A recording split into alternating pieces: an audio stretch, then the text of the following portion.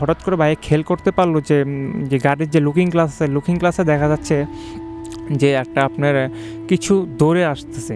ধরেন ঘোড়া টাইপের, বাট ঘোড়া বলবো না, এটা অনেক বড় ছিল, বাট ঘোড়া টাইপের আর কি, শব্দটা একটা অন্যরকম শব্দ। তো দেখতে পেলো যে ওই জিনিসটা যখন লুকিং গ্লাসে দেখতে পেলো যে ওনার গাড়ির খুব ক্লোজে, মানে ধরেন ওনার গাড়ির পিছনেই দেখতে পাইছে, কিন্তু ওই জিনিসটার সবচেয়ে বড় কথা হচ্ছে মাথা ছিল না, রক্তগুলো এখানে আপনার এইভাবে বাইর হইতেছিল গড়গড়ে। তো রক্তগুলো যখন দেখে উনি খুব ভয় পেয়ে যায়, নগদের সঙ্গে সঙ্গে একটা গাড়িটা ব্রেক করে ফেলে, হার্ড ব্রেক করে। তো ব্রেক করার পরে আপনার ওনার সাথে যে জিনিস ছিল, তো তখন দেখতে জিনিসটা আর অত হলো না। তখন ভাই আস্তে আস্তে আবার বললো যে হয়তো আমার মনের ভুল হইতে পারে, আবার ভাবতেছে যে না, একটা লাশের মতো কিছু সামনে এসে পড়লো, বা এই যে দেখলাম ব্যাক লুকিং গ্লাসে যে একটা ঘোড়ার আকৃতি কিছু মাথা ছাড়া আসলো, ওগুলো কি হচ্ছে আমার সাথে আজকে। তো ভাই একটু নার্ভাস আরও হয়ে যাচ্ছে।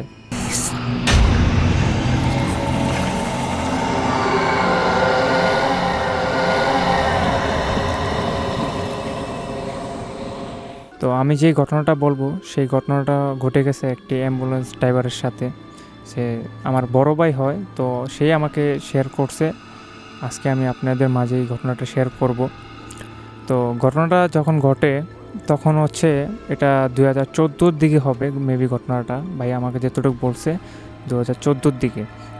তো ঘটনাটা আপনার একদিন ভাইয়া যত অ্যাম্বুলেন্সের ড্রাইভার ছিল, তো উনি ঢাকা মেডিকেলে এখানে গাড়ি চালাতো, অ্যাম্বুলেন্সের জব করতো।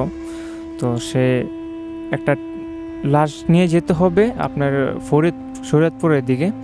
তো শরীয়তপুরের ওপর সাইডে যেতে হবে, ভিতরে, গ্রামের ভিতরে।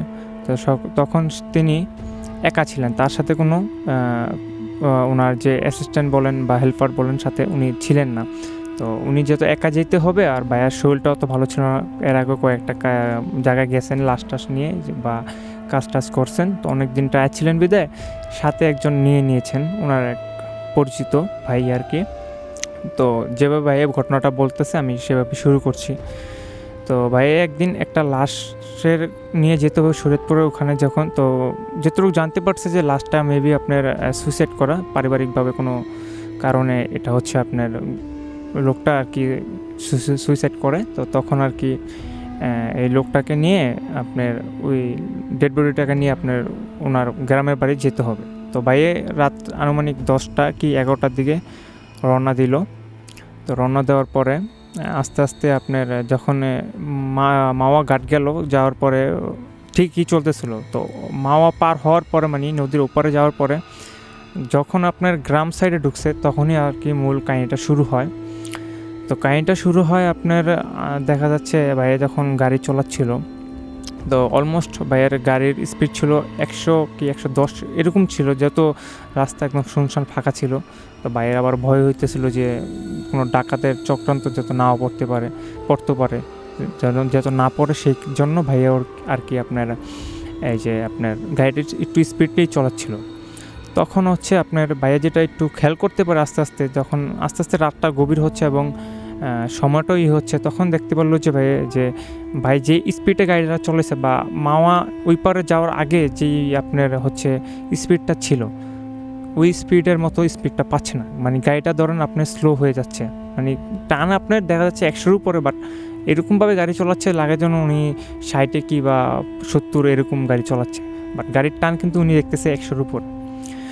তো তখন ভাইয়া হচ্ছে আপনার যখন এই জিনিসটা ফেস করে, তো ভাইয়া একটু নার্ভাসলি হয়ে যায়। তো ভাইয়া নার্ভাস হইলেও তখন অত একটা গ্রাহ্য দেয় না, যেহেতু উনি এইসব ঘটনা এর আগেও সম্মুখীন হয়েছেন তার জন্য। তো ভাইয়া হঠাৎ করে আস্তে আস্তে যখন আবার গাড়িটা চালানো শুরু করলো, হঠাৎ করে ভাইয়া খেয়াল করতে পারলো যে গাড়ির যে লুকিং গ্লাসে দেখা যাচ্ছে যে একটা আপনার কিছু দৌড়ে আসতেছে।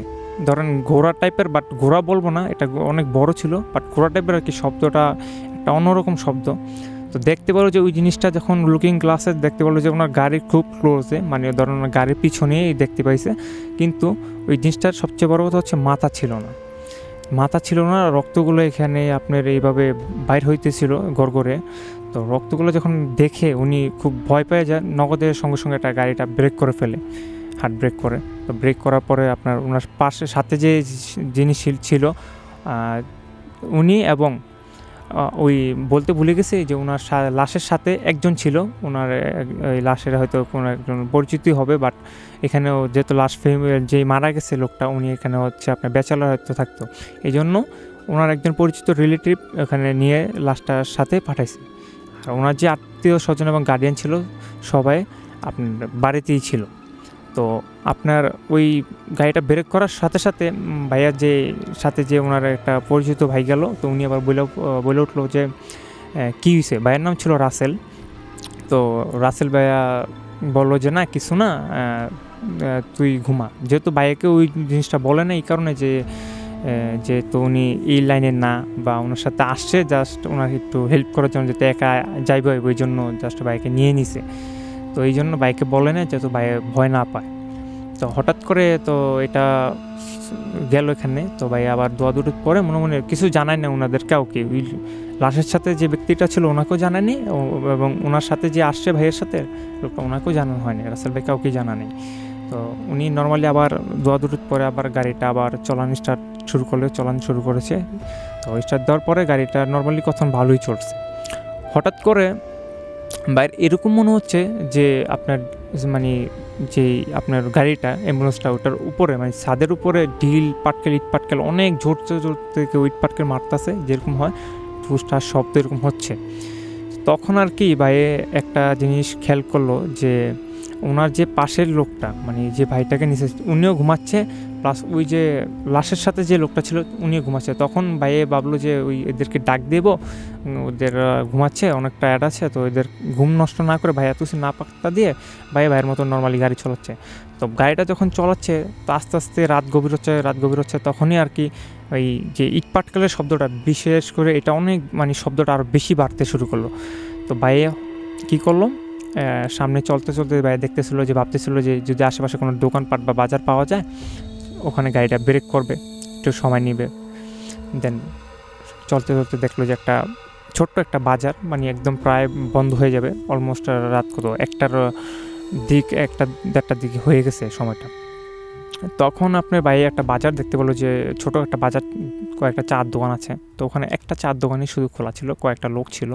তো বাইক গাড়িটা ব্রেক করে জাস্ট ওই ওনাদের সাথে যে গিয়ে কথা বললো এবং গাড়ির থেকে যে নামার পরে ওই ভাইয়ের সাথে যে লোকটা ছিল এবং ওই লাশের সাথে যে লোকটা যাবে আর কি লাশের, তো ওই লোকটাকেও ডাক দিয়ে নিচে নামিয়ে বললো যে ভাই আপনারা কিছু খাওয়া দাওয়া করবেন নাকি।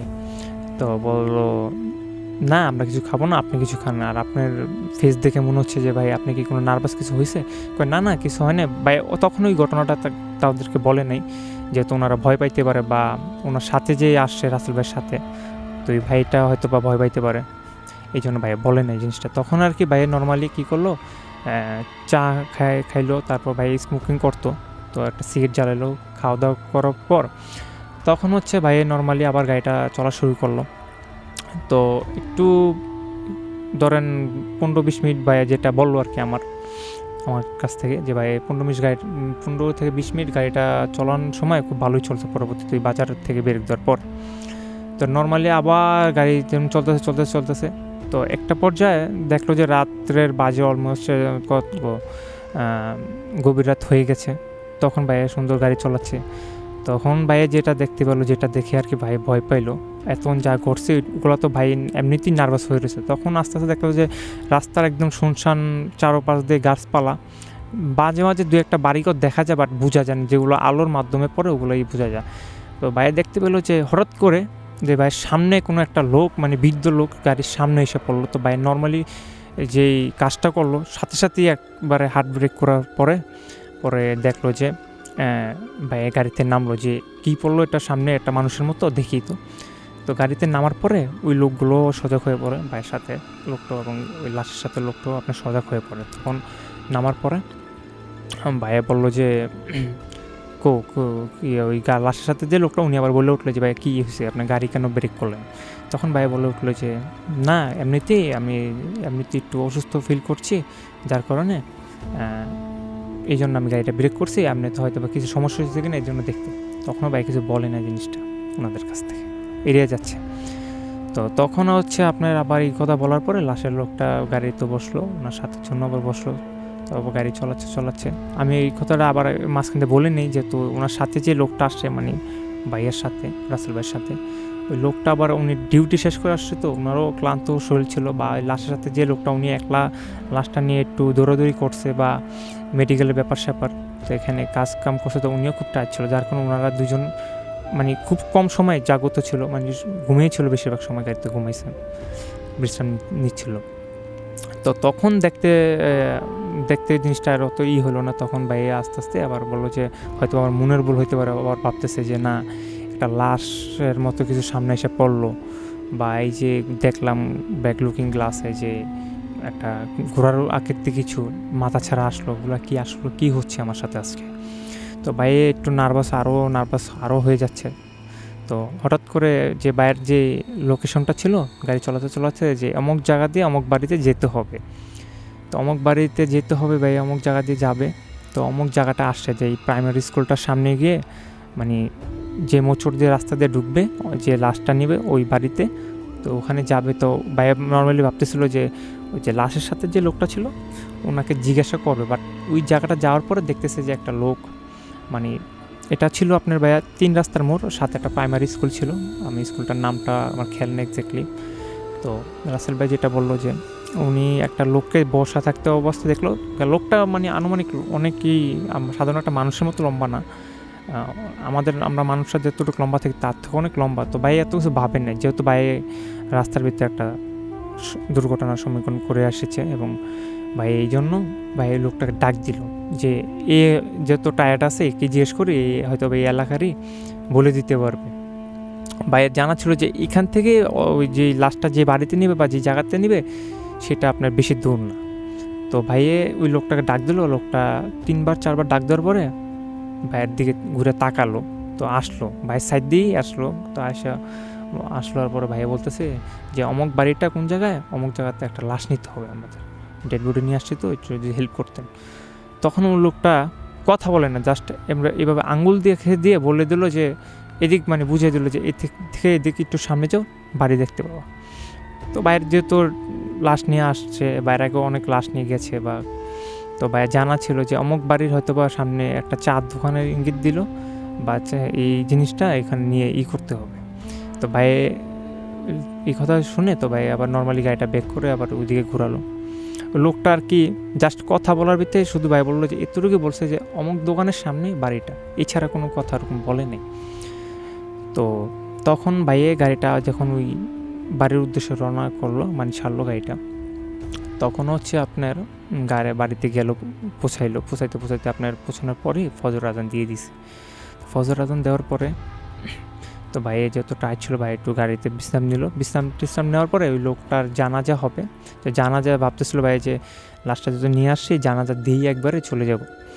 তো জানাজা দেওয়ার পরে ভাইয়ের যে লাশ নিয়ে গেছে, তো ওখানে যেই ভাড়াটা পাবে, তখন ভাড়াটা নিতে ওখানে যে গার্ডিয়ান ছিল ওদের কাছে বলার পরে ভাইয়া ওই গার্ডিয়ানগুলো বলতেছিল যে আচ্ছা ঠিক আছে, আপনি এত কষ্ট করে আসছেন আমাদের এই সময়, এখন তো দেখেন একটা বাড়িতে কী হয়েই গেছে, এখন তো আপনার সাথে করে না, আচ্ছা আপনার ভাড়া দিয়ে দিচ্ছি, এখন তো আপনাকে মেমন হিসেবে আপ্যায়ন করতে পারলাম না। ওনারকে বললো যে একটু যদি ঘরে আসতেন নাস্তা পানি করে যাওয়ার জন্য। তো ভাই নর্মালি বলছে যে না, আমার টাকাটা দিয়ে দেন, আমার আবার কাজ আছে, আমি চলে যাবো, ব্যাক করতে হবে টাকা, আমার আর কাজ আছে। তখন ওই লোকগুলো রিকোয়েস্ট করে নিল। তো নেওয়ার পরে নর্মালি ভাই ফ্রেশ হয়ে যে লোকটা মারা গেছে ওই লোকটার বাসায় মানে ঘরে উঠছে। তারপর আপনার হচ্ছে ওঠার পরে ভাইয়া বসার পরে ভাইয়াকে এই চা বিস্কিট দিল, এগুলো খাইতে বললো। পরে ভাই 2-1টা খাইছে, যেহেতু ওই ঘটনাটা হয়েছে ভাই কিন্তু এখনও মনে অনেক ভয় পায় রয়েছে। তারপর ভাই খাওয়া দাওয়ার পরে ভাই একটা পর্যায়ে কথা বলার মাধ্যমে ওই নজর হচ্ছে লোকটার এই যে ঘরের সাইডে, তো সাইডে নজর যাওয়ার পরে দেখলো যে ওয়ালের ভিতরে আর কি আপনার একটা লোকের ছবি মানে ঝুলানো আছে। তো ছবিটা ঝুলানো দেখে ভাই ওখানে যার সাথে কথা বলতেছিল ওই লাস্টার হচ্ছে আপনার আত্মীয়, মেবি হচ্ছে দুলাভাই না কি হয় বললো। তো ওই কথা বলার পরে ওনাকে জিজ্ঞেস করলো যে ভাইয়া এই যে ছবিটা দেখতেছি ইনিকে। তো ইনিকে বলার পরে ওই লোকটা বললো যে ভাইয়া আপনি কালকে যার লাশটা নিয়ে আসছেন সে হচ্ছে উনি। তো এটা বলার পরে তো ভাই পুরো মানে চমকে গেল যে কি বলছেন, আবার বললেন তো একটু পরে বললো যে আপনি যে লাশটা নিয়ে আসছেন উনি হচ্ছে উনি। তো ভাইয়ে এই জিনিসটা শোনার পর মানে ভাই আরও বেশি ভয় পেয়ে গেল, কারণ ওই যে আপনার প্রাইমারি স্কুলের সামনে আইসা যে লোকটাকে জিজ্ঞাসা করলো যে ভাই অমুক বাড়িটা কোন জায়গায় যাব, অমুক বাড়িটা কোন জায়গায় যাব, উনি হচ্ছে ওই লোকটা যিনি আপনার বাড়িটা দেখাই দিছে বা বলে দিছে অমুক চার দোকানের সামনে একটা বাড়ি আছে বিল্ডিংয়ের, ওই বাড়িটি। তো এই ঘটনাটা ঘটার পরে ভাই আর ওখানে দেরি করে নেয়, ভাই জাস্ট ওখানে আর কিছু বলে না, শেয়ার না করে ওখান থেকে কাজ শেষ করে ভাই রওনা দিল ঢাকার উদ্দেশ্যে। রওনা দেওয়ার পরে ভাই কয়েকদিন জ্বর ছিল, জ্বর থাকার পরে ভাই মানে জ্বর সারতেছে না, জ্বর বাড়তেছে। তো ওখানে হইতেছে কী করবে, একটা হুজুর জাগাইলো যে ওনার ভাইয়ের আম্মু ছিল যিনি, উনি আর কি একটা হুজুরকে বললো যে এরকম ঘটনা বিস্তারিত বলার পরে আর কি একটা হুজুর আসলো। হুজুরটা আসার পরে হুজুর বললো, সব ঘটনা শোনার পরে হুজুর বললো যে আসলে তুমি যে লাশটা নিয়ে যাচ্ছিলে, লাশটা হচ্ছে একটা ধরো সুইসাইড করা লাশ, তো লাশটার এখনও তো দাফন কাফন হয়নি, পয় পরিষ্কার ছিল না, যার কারণে এটার প্রতি একটা এই লাশটার প্রতি আর কি একটা হয়ে গেল যে খারাপ যে জিনগুলো থাকে এক প্রকাতিক খারাপ জিনগুলো হচ্ছে এটার প্রতি টার্গেট পড়ে গেছে, যে লাশটা হয়তো বা খাওয়ার চেষ্টা করছিল, এরকম কিছু যে হুজুর বলল। তো তখন তুমি যত সজাগ ছিলে বা তুমি গাড়ি চালাচ্ছ একমাত্র তোমার কারণেই তুমি বারবার মানে ব্রেক করছো, নামছো, দেখছো, এই জন্যই তোমার লাশটা খাইতে পারেনি বা কিছু করো, ওদের যে প্রচেষ্টা ছিল প্রচেষ্টা করতে পারেনি। তো তুমি করো, একটা কাজ করবা, তুমি যতদিন মতো সুস্থ না হবা ঘরতে বাইরে হবা না। তো তখন ভাই বলছে ঠিক আছে। তো ভাই আস্তে আস্তে দু একদিন ভালো গেল। তো ঘটনাটা মূলত এখান থেকে একটু শুরু হইলো আর কি, যে ভাই দু একদিন ভালো যাওয়ার পরে জ্বর ছিল, তারপর ভাই ওই ঘটনাটার কারণে আপনার গাড়িতে যায়নি। তো হঠাৎ করে একদিন ভাইয়ে শুয়েছিল মানে আনুমানিক রাত্রেবেলা। তো ভাইয়ের এই কথাটা বলতে আবার ভুলে গেছি, ভাইয়ের যে ওয়াইফ ছিল, ভাইয়ের একটা মেয়ে ছিল রাসেল বের। তো ওই মেয়ে এবং ভাইয়ের ওয়াইফ ওনারা দুজন গেছে হচ্ছে ওনার বাপের বাড়িতে বেড়াইতে, একটা জরুরি কাজে, যে কোনো কাজে বেড়াইতে গেছে। তো ওই জিনিসটা যখন ঘটলো, তো ভাইয়ের ওয়াইফ দু একদিন ছিল, তারপর নর্মালি যখন দেখতে পারলো যে ভাই আস্তে আস্তে জ্বরটা ঠিক হচ্ছে, তো ওনারা একটা কাজে ওনার বাপের বাড়ি গেল। তো ভাই একা রুমে শুয়েছে, আর পাশের রুমে হচ্ছে ওনার আব্বু আর আম্মু, এই ওনাদের ফ্যামিলি ছিল। তো ভাই গভীর রাতে হঠাৎ করে ভাইয়ের হচ্ছে ঘুমাচ্ছিল, ভাইয়ের ঘুম ভেঙে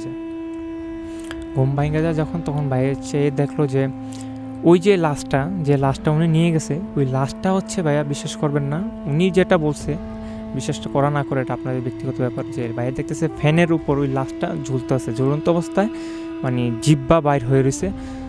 এতটুকু দেখার পরে ভাইয়ের সাথে সাথে যখন চিৎকারটা দিল, চিৎকারটা দেওয়ার পরে আপনার কি করলো, ওনার পাশের রুম থেকে ওনার আব্বু আম্মু চলে আসার পরে তখন বললো কী হয়েছে। তখন ভাইয়া বলছিল, ভাইয়া সব কিছু ডিটেলসটা ভাইয়া বলছিল যে আম্মু ওই সমস্যাটা আমি আবার ফেস করতেছি, যে লাশটা নিয়ে ওই দিনকে আমি ভয় পাইছি, ওই জিনিসটা আবার ভাইয়া বাসায় এসে বলছিল। তো ওই জন্যই আর কি ওনার আম্মু যে হুজুর আনছিল, তো বলার পরে তো বললো যে ওই লাশটা আবার আমি দেখতে পেয়েছি।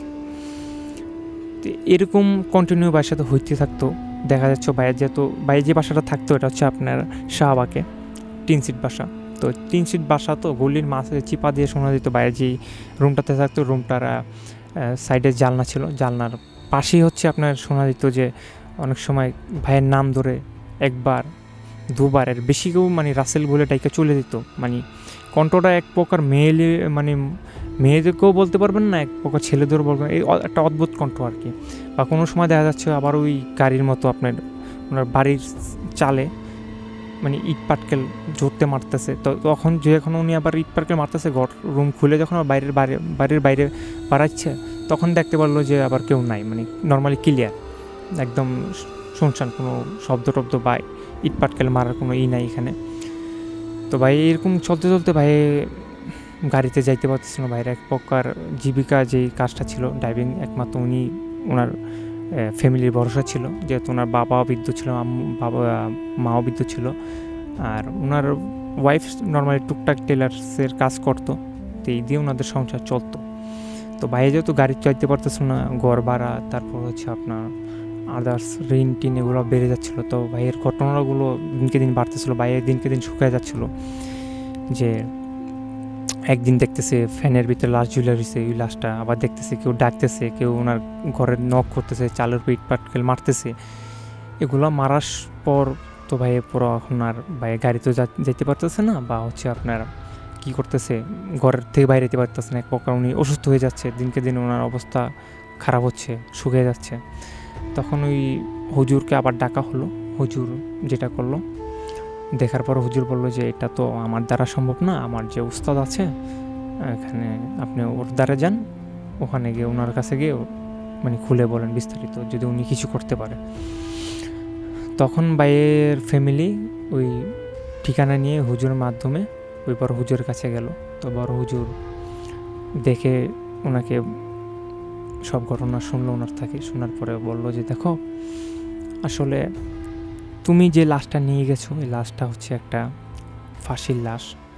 এই লাশটা যেহেতু দাফন কাফন কিছু হয় না ওই সময়, তো ওই লাশটাকে কিছু খারাপ জাতির জিন থাকে এক প্রকার, যে ওরা চেয়েছিল এই লাশটা ওদের প্রসেসে কিছু একটা করতে।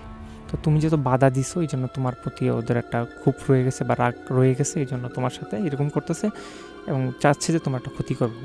ওরা একা না, ওরা অনেকগুলাই জিন এবং খারাপ জিন, এবং ওরা মানে তোমার চাবে যে ক্ষতি করতে। যাও তুমি আজকে, তো তুমি তোমার বাসায় চলে যাও, ওখানে কিছু তেল পড়া পানি পড়া দিয়ে দিল হুজুরে, বললো যে এগুলো কন্টিনিউ ইউজ করতে আর পানি পড়াটা খাইতে। তো তুমি বাসায় যাও, আমি কালকে মাগরিবের নামাজ পড়ে তোমার বাসায় আসবো। তা বাসায় আসার পরে ওনার রুমে কালকে যেই হুজুর বললো যে কালকে আসবে, ওই সময় আসলো মাগরিবের কিছুক্ষণ পর নামাজ পড়ে আসলো হুজুর ওনার বাসায় আসার পরে হচ্ছে আপনার ঢোকার পরেই সাথে সাথে বলতেছে যে তোমার পুরো বাড়িতে মানে বদজিন দিয়ে আর কি ভরা, মানে পুরো এই বাড়িটার উপর বদজিনের নজর বসে গেছে।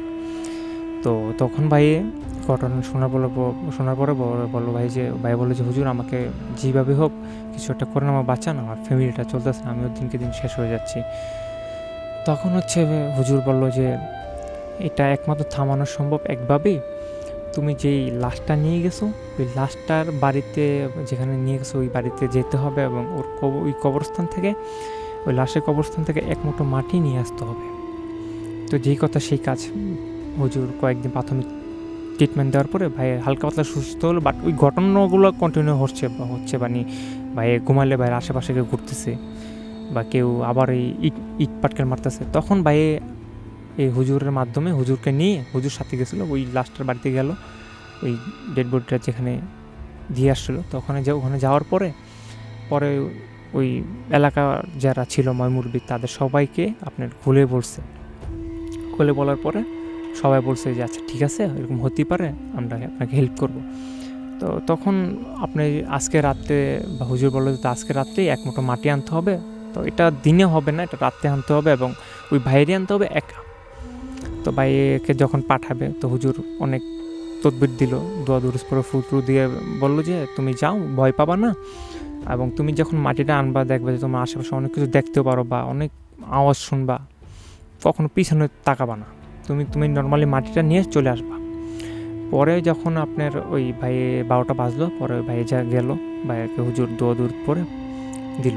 পরে আপনার যখন কবরস্থানের দ্বারে যাবে, তো কবরস্থানের আশপাশে বাঁশঝাড় ছিল, উনি দেখতে পেলো যে বাঁশঝাড়গুলো মানে ঝড়ের ইটের ঠেলায় আপনার মনে হচ্ছে যে বাঁশঝাড়গুলো ভেঙে মাটিতে পড়ে যাবে। আশেপাশে সব কিছু স্বাভাবিক, জাস্ট ওই জায়গাটাই, ওই ভাই যে এরিয়াটার থেকে মাটি আনবে ওই এরিয়াটার বাঁশঝাড়গুলো মানে বাতাস যেন ওখানে ঝড় হচ্ছে।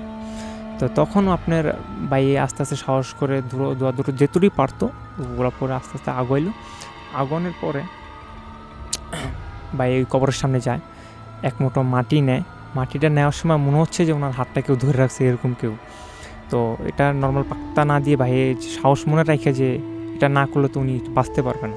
তো মাটিটা এক মুঠো মাটি নিয়ে যখন আসতেছিল, তখন ওনার মনে হচ্ছে যে কেউ পিছন দিয়ে ওনার নাম ধরে ডাকছে, প্লাস মানে বিকট আওয়াজ হচ্ছে, কুকুরের, বিশেষ করে কুকুর ডাকলে যেরকম হয় এরকম আওয়াজ হচ্ছে। তো ভয় পেয়ে একটা দৌড় দিয়ে আপনার ওই বাড়ির উঠানে এসে পড়ে যাওয়ার পরে সেন্সলেস হয়ে যায়।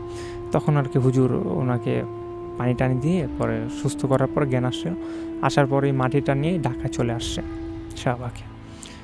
তো নিয়ে আসার পরে রাসেল ভাই প্রাথমিকভাবে চিকিৎসা করার পরে মাটিটা দিয়ে কীভাবে কী হুজুর প্রসেস করলো এবং কিছু নিয়মকানুন দিল যেগুলো ভাই পালন করছে ভাইয়ের ফ্যামিলি সহ। ওগুলো পালন করার পরে ভাইয়ের এরকম ঘটনা গেল। পরে আস্তে আস্তে 2-3 মাস যাওয়ার পরে এই তদবিরগুলো করার পরে ভাই মানে নর্মালি ঠিক হয়ে যায়। কিন্তু ঠিক হয়ে যায় এখন ভাই তারপর ওই যে ঘটনাটা ঘটে গেছে এটা তো আর বলতে পারে না। এখন ভাই এরকমই ভয় পাইছে যে ভাই যে 9 বছর যে অ্যাম্বুলেন্স চলাইছে সে অ্যাম্বুলেন্স চলা একবার টোটালি ছেড়ে দিয়ে নর্মালি এখন ভাই একটা এলাকাতে একটা ছোটোখাটো ব্যবসা করে চায়ের দোকানে। তো ভাইয়ের সাথে আমার এখানে আসার আগেও কথা হয়েছে। ভাইয়া বলছিল যে ঘটনাটা বলার সময় যে আমি নিজেই দেখতে পেলাম যে ভাইয়ের গায়ের যে লোমগুলো ছিল পশমগুলো দাঁড়িয়ে গেছে এবং উনি কান্না করেছিল যে এরকম একটা পরিস্থিতি গেল গিয়া যে ওনার ফ্যামিলিতে যে এক মুঠো চাল কিনে আইনা ফ্যামিলি চলাবে অবস্থা ছিল না, এতটা খারাপ অবস্থা হয়ে গেছিলো। তো তখন ভাই আর কি আমাকে বললো যে এরকম ঘটনা ছিল। তো বলার পরে ওই হুজুরের মাধ্যমে ট্রিটমেন্ট নেওয়ার পরে ভাই পুরোপুরি আস্তে আস্তে সুস্থ হয়ে যায়। এখন ভাই আলহামদুলিল্লাহ ভালো আছে। ভাইয়ের জন্য সবাই দোয়া করবেন যাতে ভাই সামনের দিনগুলো খুব ভালো কাটতে পারে। এই আমার প্রথম ঘটনা ছিল আজকে।